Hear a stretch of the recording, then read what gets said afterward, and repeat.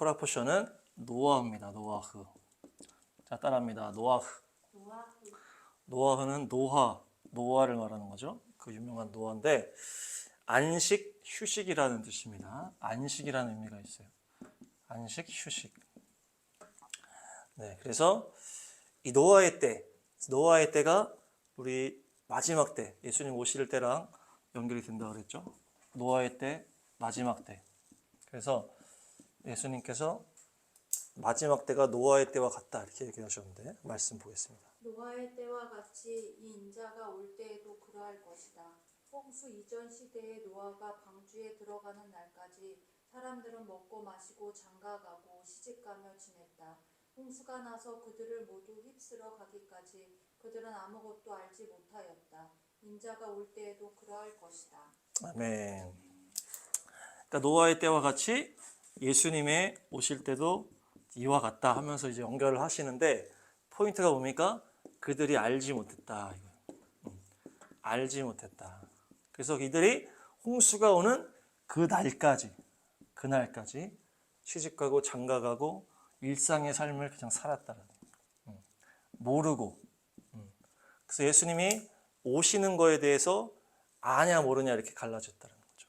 그들이 알지 못했다는 게 지금 핵심이고, 이 마태복음 조금 앞에 여기 보면은 예수님이 오시는 때가 아버지밖에 모르고 천사도 모르고 아들도 모른다 이렇게 얘기를 해요. 그러니까 때에 대해서 얘기를 하다가 노아의 때를 얘기를 한단 말이에요. 그러니까 노아의 때랑 같지만 뭐가 같냐? 그때까지 끝까지 사람들이 몰랐다라는 게 같다는 거예요. 천사도 모르고 아들도 몰랐다. 아버지만이 아신다 이렇게 얘기하시는데, 그러면서 얘기를 하는 거예요. 근데 누구는 알았을까? 노아의 때도 노아는 알았다는 거예요. 노아는 알았다. 예수님도 몰랐다고 했는데 예수님은 왜 몰랐다는 거예요? 아들도 몰랐다는 거는 이 인간으로 오신 아들로 오신 그때 그 상태에서 모른다는 거예요. 아버지 하늘 아버지의 권한이라는 얘기죠. 그래서 이제 뭐 예수님 오셨을 때는 마지막 때랑은 멀리 있었고, 예수님이 이 다시 오심을 이 결혼식이라고도 얘기를 하잖아요. 결혼식으로 비유할 때 아들이 그 결정할 수가 없다는 얘기죠. 그래서 아버지가 아들아 가라 했을 때 가는 거라. 그러니까 이제 아들은 아버지가 가라 하면 가기 때문에 아들은 모른다 이렇게 얘기를 하셨다는 거예요. 근데 중요한 것은 뭡니까? 노아는 알았다. 노아가 이제 5장 뒷부분에 나이가 처음 나오는데 읽어보겠습니다. 시작. 라멕은 182살의 아들을 낳았다. 그는 아들의 이름을 노아라고 짓고 말하였다. 주님께서 저주하신 땅 때문에 우리가 수고하고 고통을 겪어야 하는데 이 아들이 우리를 위로할 것이다. 라멕은 노아를 낳은 뒤에 595살을 살면서 아들, 딸을 낳았다. 라멕은 모두 777년을 살고 죽었다. 노아는 500살이 지나서 셈과 함과 야벳을 낳았다. 라멕이 182세에 노아를 낳았습니다. 노아를 낳았는데 무슨 얘기를 해요? 예언적인 얘기를 해요. 이 우리가 너무 수고하고 고생하고 있다. 이 땅에서 저주가임에서. 근데 이 노아가 우리를 위로할 것이다. 이렇게 얘기를 합니다. 그래서 노아의 이름이 노아가 된 거고 아니하다 이런 이름이라고 되어 있어요. 그래서 위로하고 아니할 것이다 이렇게 얘기를 했다. 라멕의 182세 때 신앙으로 노아라는 아들을 낳을 때 이름을 지었다는 얘기예요. 그래서 어떤 이 세상에 대한 아직 긍정이 있죠. 지금 그죠? 이 세상의 죄악 가운데 다들 힘들어할 때 이 내 아들이 그들을 위로할 것이다 이렇게 얘기를 한다는 거예요. 그러니까 이제 이 라멕이 어떤 그냥 약간 이제 마지막 때로 연결했을 때 약간 좀 인본주의적인 냄새가 나지만 이것을 이제 뒤에서 또 따르게 풀 겁니다. 그래서 이 라멕이 노아를 낳을 때 이런 얘기를 했다는 거예요. 우리를 위로할 아들이 되어라 이렇게 얘기를 했단 말이에요. 이 라멕은 어떤 라멕이냐? 나쁜 라멕이 또 있어요. 여기서 착각하면 안 됩니다. 나쁜 라멕이 있어요. 그 가인의 후손에서 오는 라멕. 걔는 막 죽이고 이랬다는데 그 라멕이 아니고 믿음의 계보의 라멕이다. 믿음의 계보의 라멕. 그리고 이제 이 라멕이 노아를 낳았는데 노아는 셈함 야벳을 몇에 낳았다 그래요? 500살에 낳았다 그래요. 500살에. 이게 우리가 주목해야 될 겁니다. 라멕은 182세에 노아를 낳았다 그랬단 말이에요. 근데 노아는 500세에 셈합 야벳을 낳았다. 셈합 야벳. 그러니까 노아는 아주 이 홍수 이전 시대의 아브라함과 같은 존재다. 자식을 못 낳았다는 자식이 없었다는 얘기예요.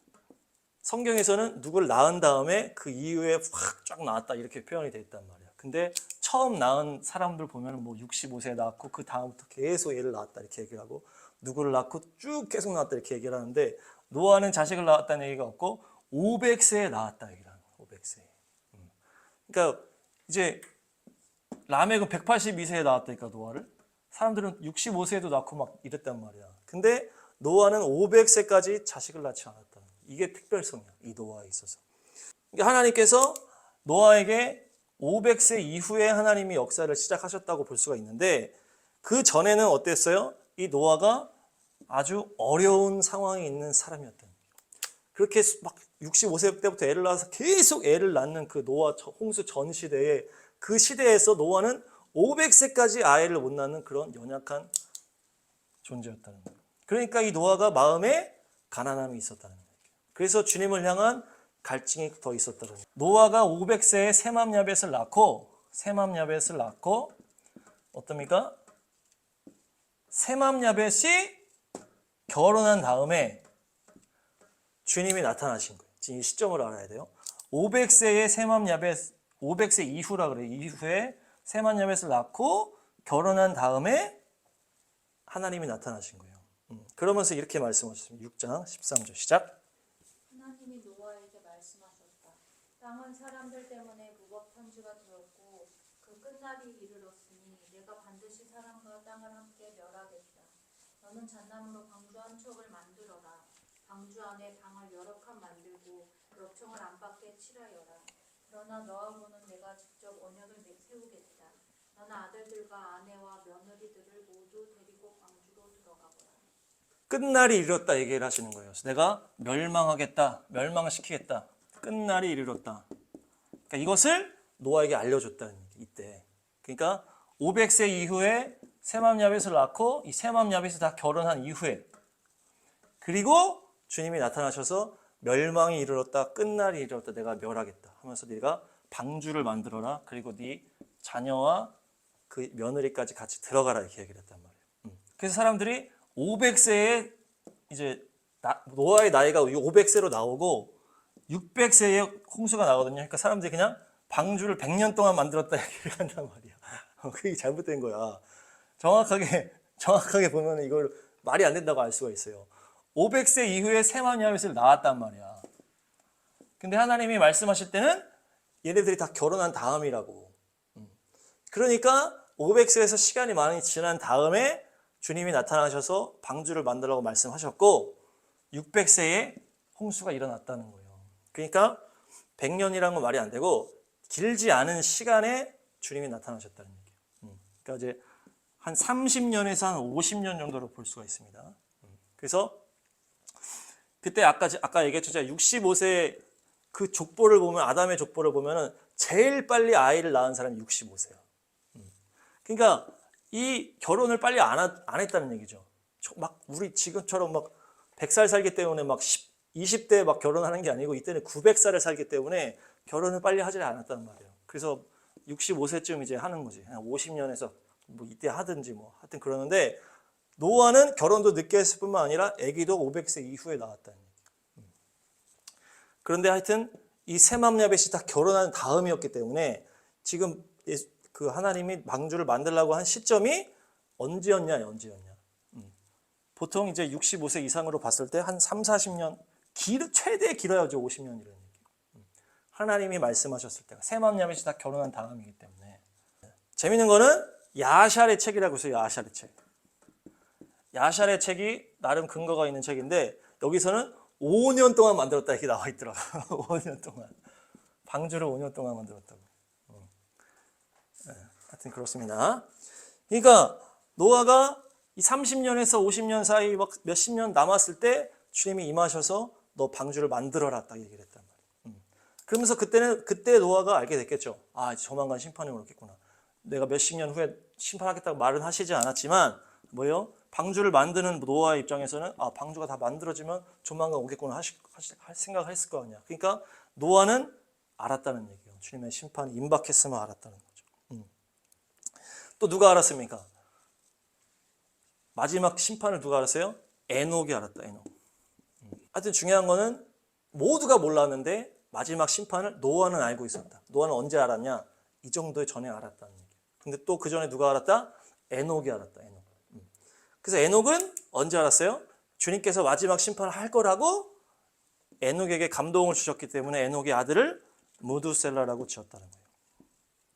무두셀라는 메투셀라흐 이래가지고 창의 사람이라고 했죠. 전에 한번 얘기했는데 창의 사람. 이 창의 사람은 뭡니까? 전쟁, 고대 전쟁 시대에 전쟁을 막 하고 있어.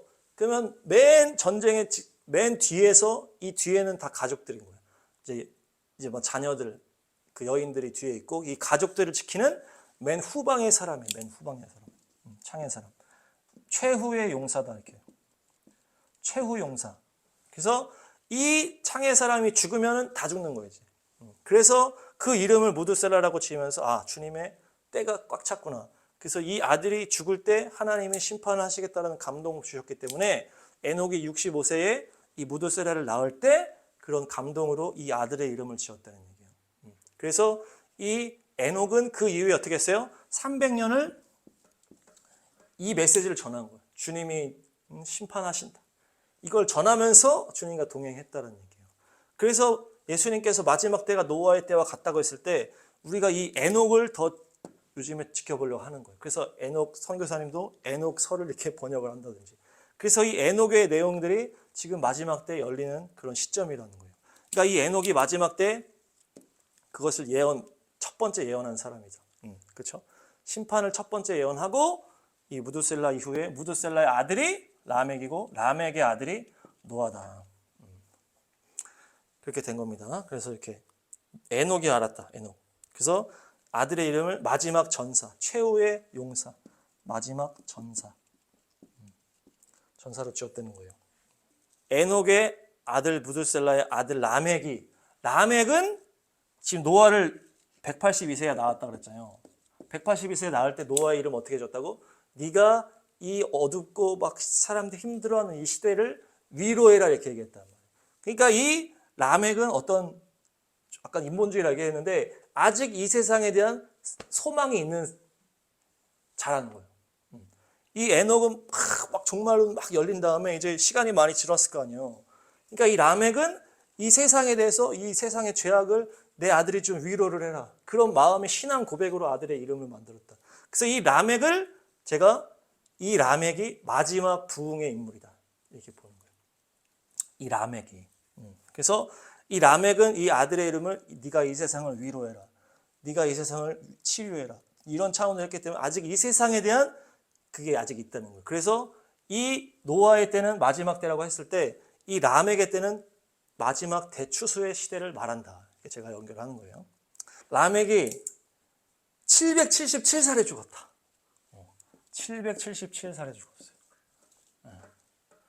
그러니까 라멕이 이 노아를 낳을 때만 해도 나름 이 세상에 소망이 있었기 때문에 네가 세상을 위로해라 이렇게 하면서 라멕이 그렇게 살다가 777살에 죽고 라멕이 죽은 이후에 이제 홍수가 옵니다. 곧장 옵니다. 5년 후에 옵니다. 5년 후에.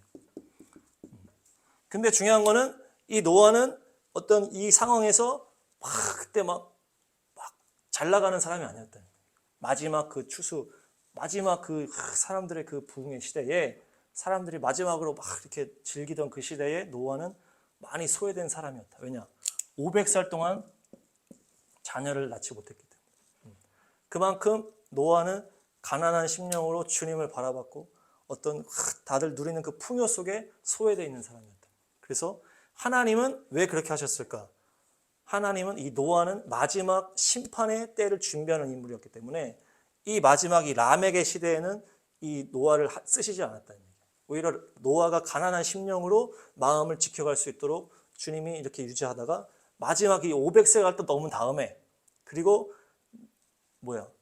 이제 셈함 야벳을 낳고 시간이 흐른 다음에 노아에게 임하셔서 너는 마지막 심판을 준비하는 인물이다 이렇게 얘기했다. 노아의 역사는 이러하다. 노아는 그 당대에 의롭고 흠이 없는 사람이었다. 노아는 하나님과 동행하는 사람이었다. 노아가 어떤 사람이었다? 당대의 의로운 자였다. 의로운 자였고 어땠어요? 하나님과 동행하는 자였다. 이게 지금 노아에 대한 표현이거든요.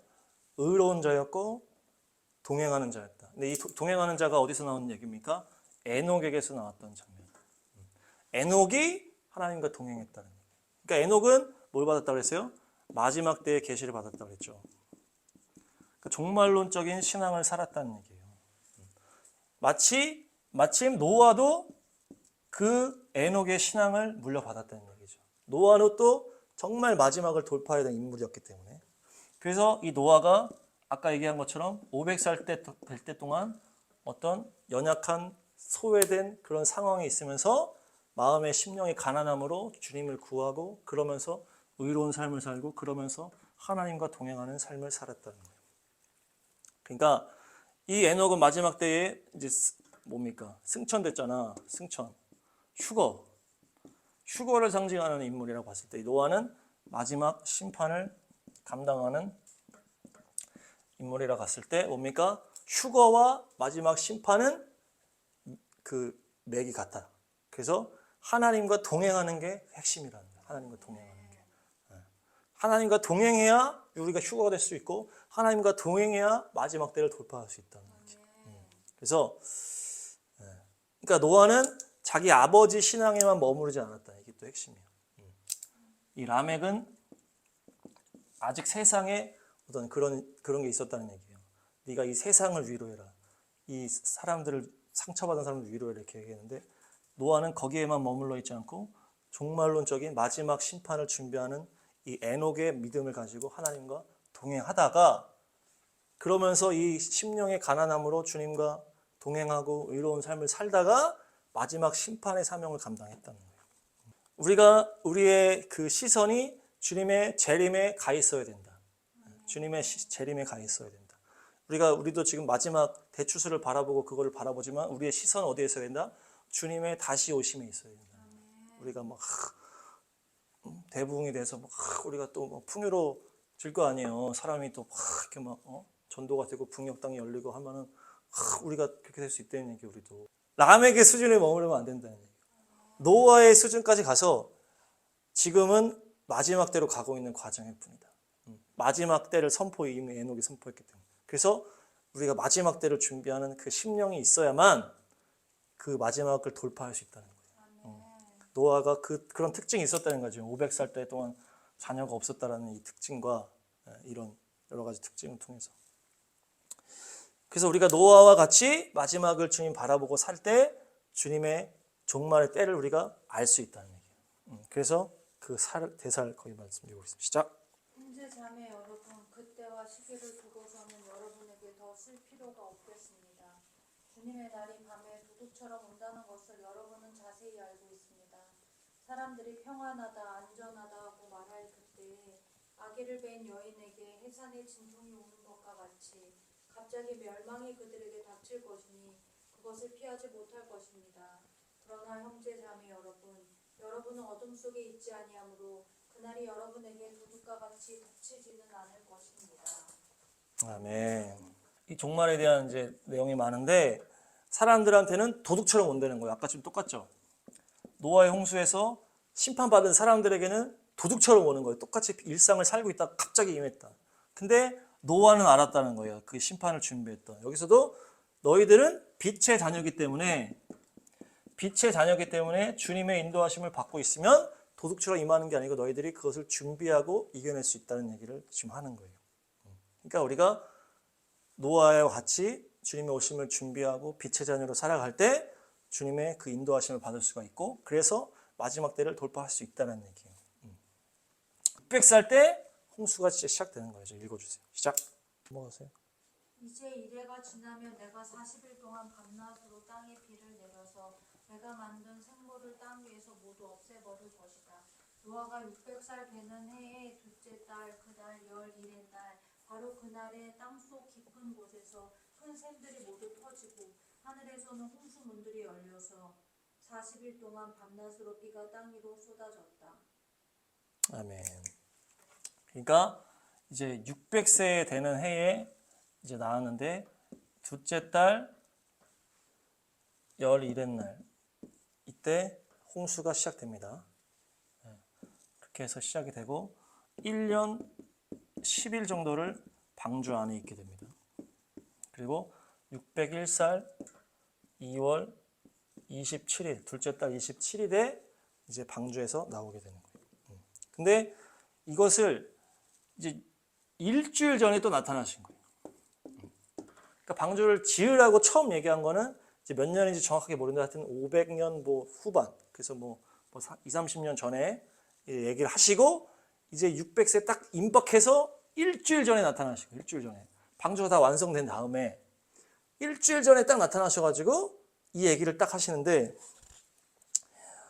그러면서 이제 막 이제 내가 이제 멸할 거다 얘기를 하는데 거기에 재밌는 표현이 이게 나오는 거예요. 1절 7장 1절 주님께서 노아에게 말씀하셨다. 내가 보니 이 세상에 의로운 사람이라고는 너밖에 없구나. 너는 식구들을 다 데리고 방주로 들어가거라. 아멘. 그러니까 처음 방주를 만들려고 할 때는 하나님이 내가 이 땅을 심판하겠다 얘기를 딱 하시고 이제 방주를 만들어라 하시고 이제 일주일 남았을 때 오셔가지고 뭐라는 거예요? 이 세상에 의로운 사람이라고는 너밖에 없구나 딱 얘기를 하는 거예요. 그러니까 주님께서 뭐 했다는 거예요? 방주를 만들려고 한 다음부터 일주일 전까지 주님이 찾았다는 거예요. 구원받을 만한 의인이 있냐? 의인이 있는지 찾았다는 거예요. 근데 찾고 찾았는데 없다라는 얘기를 지금 탁 하시면서 일주일 전에 의로운 사람이 너밖에 없구나. 그러니까 너가 식구들 데리고 들어가라 딱 하는 거예요. 그러니까 하나님이 계속 추수를 하신 거죠. 추수의 기간으로 막 찾고 찾다가 이제 끝난 거예요. 이게 추수가 딱 끝난 거예요. 이게 딱 끝나면서 없구나. 의인이 없다. 하면서 너만 타면 된다. 아무도 없다는 얘기예요. 탈 사람이. 그래서 결국에 일주일 딱 남았을 때 주님이 끝난 거예요. 일주일 남기고. 그래서 이거를 약간 휴거랑도 연결을 할 수 있을 것 같고 그러면서 추수가 끝나고 딱 마무리한 다음에 일주일 남았을 때 얘기를 한 다음에 이렇게 얘기를 한 다음에 무슨 일이 일어나냐면 동물들이 이때 오는 거예요. 동물들이 일주일 남았을 때 주님이 다시 얘기한 다음에 그때부터 동물들이 막 옵니다. 동물들이 막 오는 거예요. 이제 일주일 동안. 근데 재밌는 건 뭐예요? 동물들에게도 이것이 심판이야, 심판. 여기 못하면 죽는 거야, 동물들이. 주님이 선택한 동물들만 이제 방주로 오는 거죠. 그렇죠? 그 수많은 동물들이 있었겠지만 그 중에 그 종류의 대표가 와가지고 그 뭡니까? 정결한 짐승은 7쌍. 그리고 부정한 짐승은 2쌍. 그리고 새들은 7쌍. 이렇게 해가지고 대표가 이제 오는 거예요. 그때가 일어나는 게 이제 일주일 남았을 때 이제 오는 거예요. 이제 동물들이 막 오는 거예요. 그러니까 인간 추수가 여기서 딱 끝나고 일주일 남았을 때 끝나고 동물 추수가 그때 이제 되는 거예요. 거기서는 갈리는 거죠, 동물들이. 여기에 방주에 타냐 안 타냐로 갈리는 거예요. 그래서 이것을 이제 이거 일주일 남은 이거를 이제 휴거의 순간이라고 우리가 해석할 수도 있고 동물들이 갈리는 거를 이제 휴거 이후에 또 누가 구원받을 수 있냐 이렇게 볼 수도 있고 아니면은 그냥 실제 동물들이 이제 그냥 동물들에 대한 얘기다. 인간으로 연결할 수가 없다. 이렇게 볼 수도 있는 거예요. 근데 어쨌든 방주에 이제 동물들이 타게 되는 이제 일이 일주일 안에 이제 일어납니다.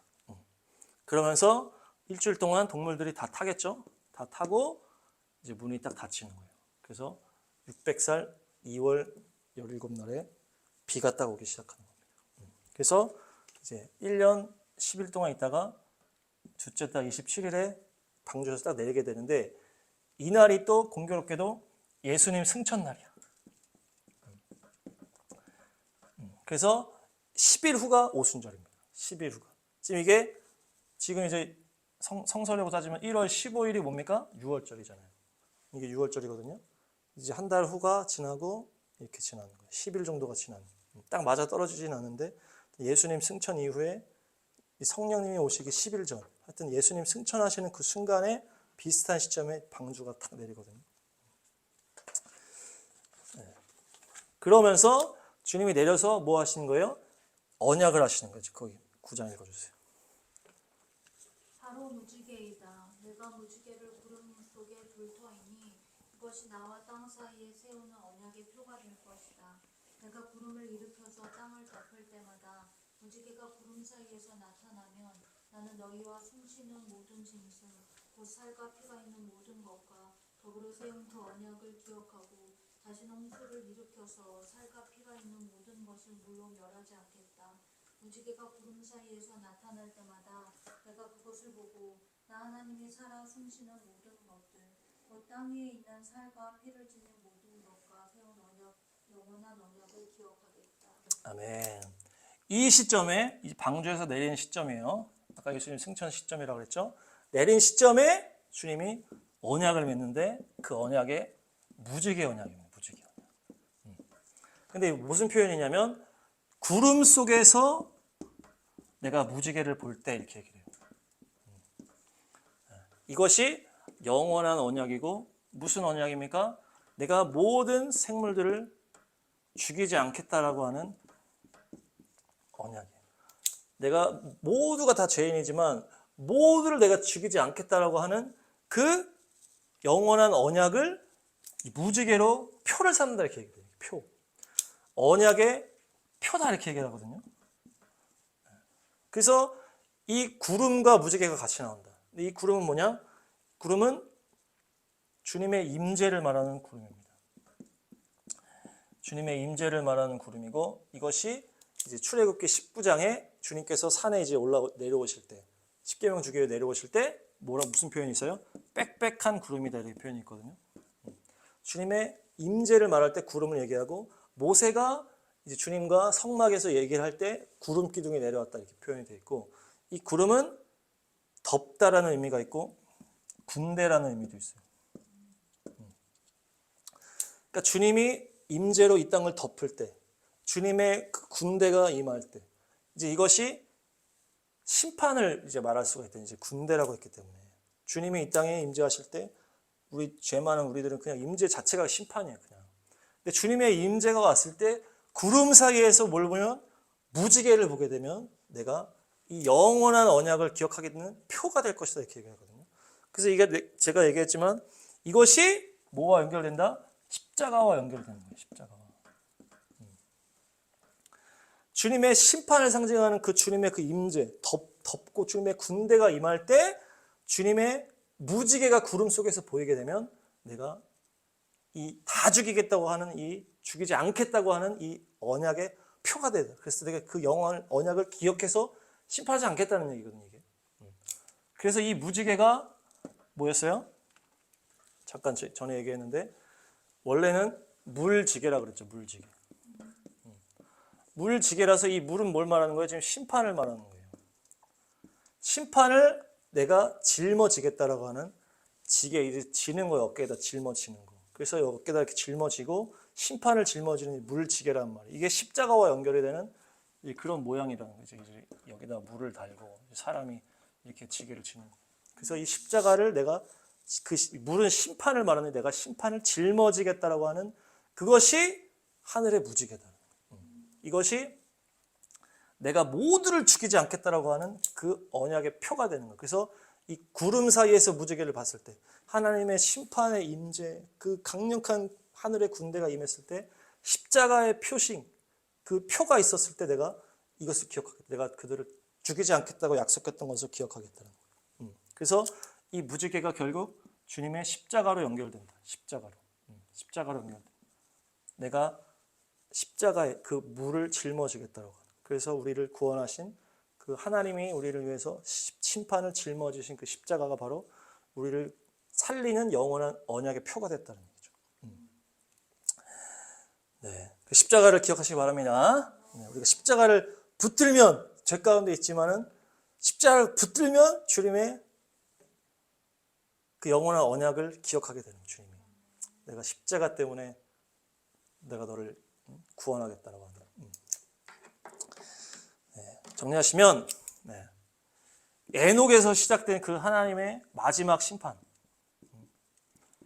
그리고 실제적으로 마지막 심판을 감당했던 이 노아가 어떤 어려운 상황 속에서 갈급한 심령 속에서 주님과 동행하며 주님의 의로운 삶을 살 수 있었던 것이 뭐였어요?